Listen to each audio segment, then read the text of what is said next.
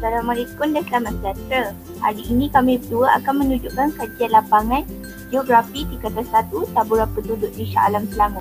Nama pelajar Akilah Krosaini binti Azman dan Nur Darna Kausa binti Azmi. Kelas 1 usaha. Nama guru Puan Ro'aina Jul Karim. Penghargaan.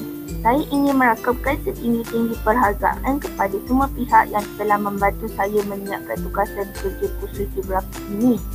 Ribuan terima kasih diucapkan kepada guru besar Puan Ro'aina binti Osman sentiasa memberi galakan kepada kami untuk menyiapkan kerja kursus geografi ini. Ucapan terima kasih diucapkan kepada guru geografi saya, Cikgu Ro'aina binti Jul Karim yang telah banyak memberi tunjuk ajar untuk menyiapkan kerja kursus geografi ini.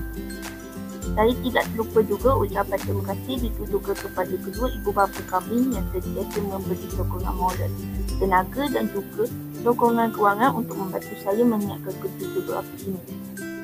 Akhir sekali, ucapan terima kasih saya tujukan kepada semua rakan-rakan kami yang telah memberi idea untuk menyiapkan kerja kursus geografi ini.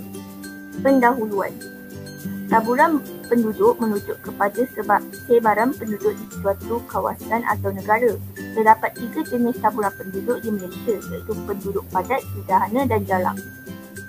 Pertama, kawasan yang berpenduduk padat mempunyai lebih 200 orang sekilometer persegi. Kawasan ini menjadi tumpuan penduduk kerana kawasannya yang rata dan subur serta sesuai untuk pelbagai kegiatan seperti pertanian, perindustrian, perniagaan dan perlombongan. Kawasan ini menyediakan pelbagai kemudahan awam dan perkhidmatan seperti hospital, institusi, pengajian tinggi, sistem pengangkutan dan perhubungan yang moden. Kedua, kawasan yang berpenduduk sederhana mempunyai 50 hingga 200 orang sekilometer persegi. Kawasan ini terdapat di kawasan kaki bukit atau luar bandar. Kawasan ini banyak tertumpu di kawasan pertanian, persesiran pantai dan bandar-bandar kecil. Kawasan ini juga disediakan dengan kemudahan awam, infrastruktur dan perkhidmatan. Ketiga, kawasan berpenduduk jarang mempunyai bilangan penduduk yang kurang daripada 50 orang bagi kilometer persegi. Kawasan ini juga merupakan kawasan pedalaman yang bertanah tinggi, pergunungan dan berhutan tebal. Objektif kajian. Objektif 1.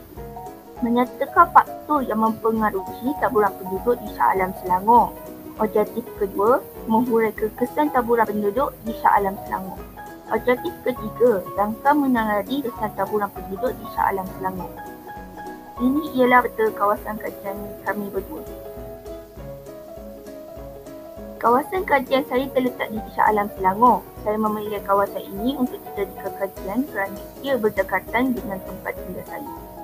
Bandaraya Shah Alam ialah ibu negeri bagi negeri Selangor dan Darussan Malaysia. Shah Alam juga merupakan bandaraya yang hampir dengan Bandaraya Kuala Lumpur, hanya dipisahkan oleh Petaling Jaya iaitu sekitar 27 km jaraknya. Hal ini kerana kawasan ini Shah Alam pernah terkenal dengan julukan bandar perindustrian kerana tertubuhnya kawasan-kawasan perindustrian yang menempatkan sejumlah kilang multi-saiz sekaligus, banyak menjadikan peluang pekerjaan dan ekonomi hingga mempercepatkan pertambahan bilangan penduduk dan kepesatannya. Kaedah kajian. Kaedah rujukan buku teks. Saya telah membuat beberapa rujukan menerusi buku teks bagi mendapatkan fakta yang sahih dan tepat. Kaedah temu bual, saya telah menemu bual orang semua mengenai taburan penduduk di Shah Alam Selangor untuk mendapatkan beberapa cadangan untuk menangani kesan taburan penduduk. Ketiga, kaedah pemerhatian. Saya telah membuat pemerhatian tentang faktor taburan penduduk di Shah Alam Selangor dan mendapati Shah Alam ialah kawasan yang padat kerana ia adalah tempat tumpuan penduduk kerana terdapat pelbagai kemudahan. Objektif pertama, kaedah rujukan buku teks mempunyai pelbagai jenis kemudahan. Kaedah pemerhatian, terdapat sistem pendidikan dan juga tempat pengajian. Kaedah temubal, mempunyai sektor perindustrian dan perniagaan. Objektif kedua, kaedah rujukan buku teks mengakibatkan persaingan kawasan tanah untuk kegiatan pertanian, perlombongan dan perindustrian.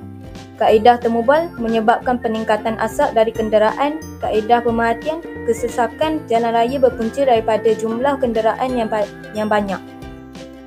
Objektif 3. Kaedah buku teks. Membuka lebih banyak sektor di luar daerah Shah Alam.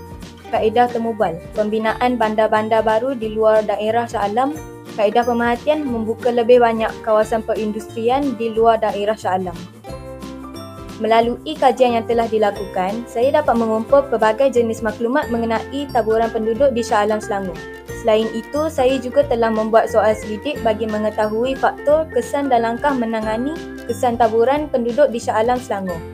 Di samping itu, taburan penduduk amat penting bagi sesebuah kawasan kerana terdapat kesan-kesan baik dan buruk yang boleh membawa kepada sebuah kawasan tersebut. Akhir sekali, semua pihak mestilah memainkan peranan dan bekerjasama memastikan ekonomi di negara kita agar mencapai keseimbangan antara kelangsungan ekonomi dan kesihatan awam. Berikut adalah contoh lampiran yang saya telah buat.